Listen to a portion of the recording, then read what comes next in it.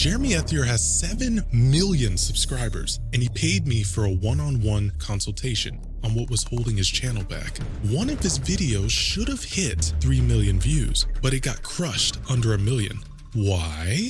Editing mistakes. The same mistakes keeping most editors stuck at low pay. This is Cam. That clicking animation, it just added extra time. It's not necessary. And that's an exit point, because the moment they're clicking on the video, all they're looking for is a reason to click off. Holy shit. Here we go. Yo, what up, man? I would cut the voiceover of you saying, "Here we go," because any piece of unessential dialogue should pretty much be gone. It would be better and more impactful to simply show on screen day one. How much do you want to limit the actual length of the intro versus is the bigger problem like those exit points? Yeah, shrinking the exit points is way more important than intro length.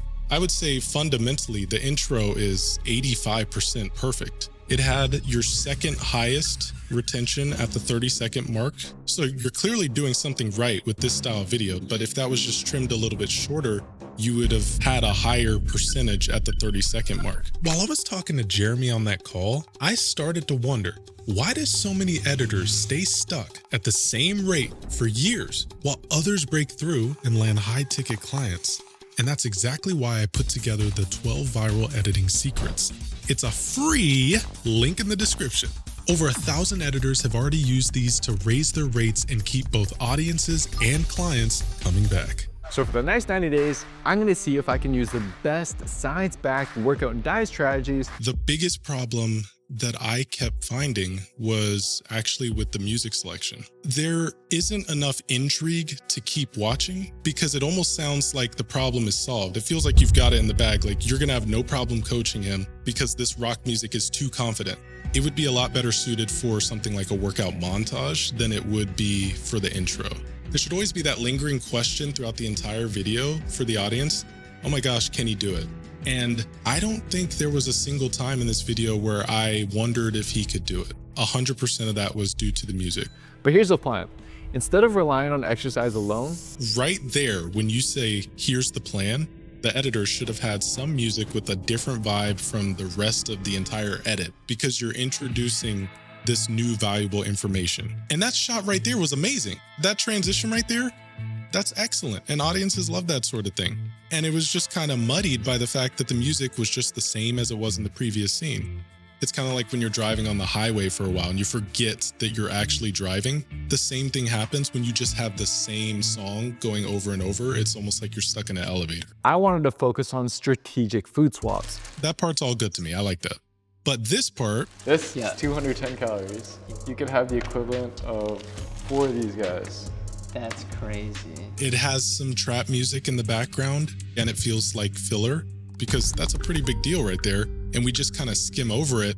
And if the music ignores it, the audience can sometimes ignore it as well. I totally agree with you. You could have this exact same cut, but just different music and it would feel totally different.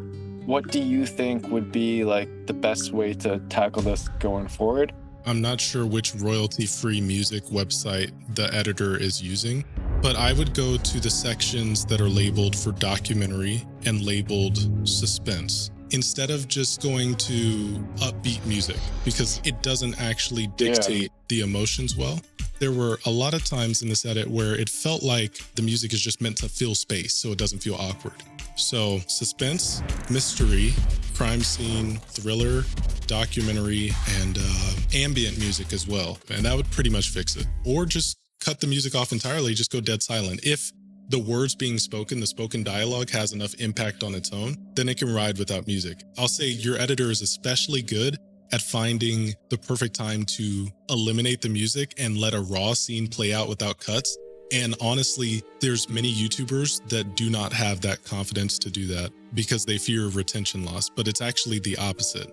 If the scene kind of gives you chills or makes you feel a strong emotion by itself, sure, you can test music amplifying it, but a lot of times it's better left alone. Well, if I'm being honest, you bulked without the muscle. Do you know what the Wilhelm scream is? No. It's that little sound that the editor added right here. it made what was originally like a authentic, genuine moment of his reaction going like this and cheapened it. I don't even think it's necessarily on brand with your channel. Your target audience is 20 to 30 years old, primarily male. Okay, so there's certain things done here that I think are more so geared towards a 40 to 50-year-old audience. So it's almost like this blend of 20 to 40, which you kind of want it to be a little bit smaller of a gap like that. It's one thing when I say my editing masterclass changes the way you think about editing, but let me show you what happens when students actually apply it. This guy knows what he's talking about. He's actually understanding what the audience think. And this is literally my third time going through the course because there is so much information. So this is a gold mine. Muhammad used to think he wasn't good enough to ever work with a large creator, but the program shifted those limiting beliefs. I texted his edit to Eric, and here's what he said. Pretty sweet edit. I would love to add Muhammad to our database. I think he's actually really good. Like, he's doing all the right stuff and has the skill set for sure. That's the kind of transformation this masterclass creates. More creativity, higher paying clients, and the confidence to deliver edits that even top YouTubers notice. Now, if you're ready for that, the link's in the description. Cam is starting out at 160 pounds. This was a fantastic piece of VFX graphics work. It could have just been a picture going like click, click, click, but that was so much more dynamic. And I also love the sound design here. You'll need to get down to at least 15% body fat, a level of leanness achieved by less than 2% of the average population. When you set that line, it snapped me out of my analysis mode. If you can get some more voiceover lines that have statistics that are shocking like that, like it's not just a cool fact, it literally raises the stakes for the audience. Definitely do more of that. For example, my good friend Lee is incredibly muscular. He diets down to just 129 pounds. Does this guy have a good following on the social media platform they posted that on?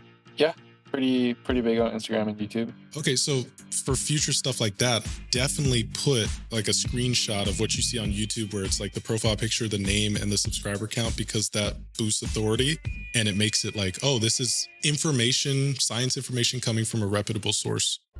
The weights tell your body to keep your muscle.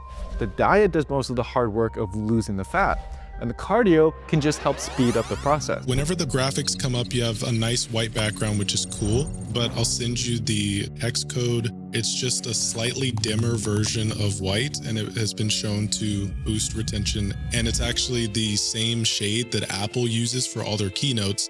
And the reason they do it is because it doesn't feel so abrupt and it doesn't snap them out of the immersion of the video. So you feel the cut is softer. And rather than forcing Cam to do cardio sessions he'd never stick to long term, I would have cut this graphic. It doesn't feel on brand and it feels like it's targeting children. I like the progression graphic right here on the basketball scene though. That was very cool with the calories. Definitely keep stuff like that. How do you handle censoring bad language? I usually just bleep it. holy sh**. Sometimes I do that, but specifically with someone like Mike Israetel, when I was doing the Mike Israetel edit, the beeps got so much that Will said, like, can we like switch to a different thing? So I had to start doing it's something called room tone. Do not f***ing break. We'll look forward. There's nothing down there for you to see. Chest up, motherfucker. Don't you goddamn touch your leg. So you would take the silence of the room, put it underneath, and it has that space in between. I don't like when people take out so much of the curse word that it doesn't have the same humor to where it's just like, holy, it's like it doesn't hit. But if you're like, holy like that, it still hits. Yeah. So That's good to know. have you ever wondered why the top editors refuse to settle for less than $750 per edit? Why does that number change everything? Your clients, your income, even the way you're treated? Well, I'm about to break down exactly why it matters and how to hit it. And you can watch that video here.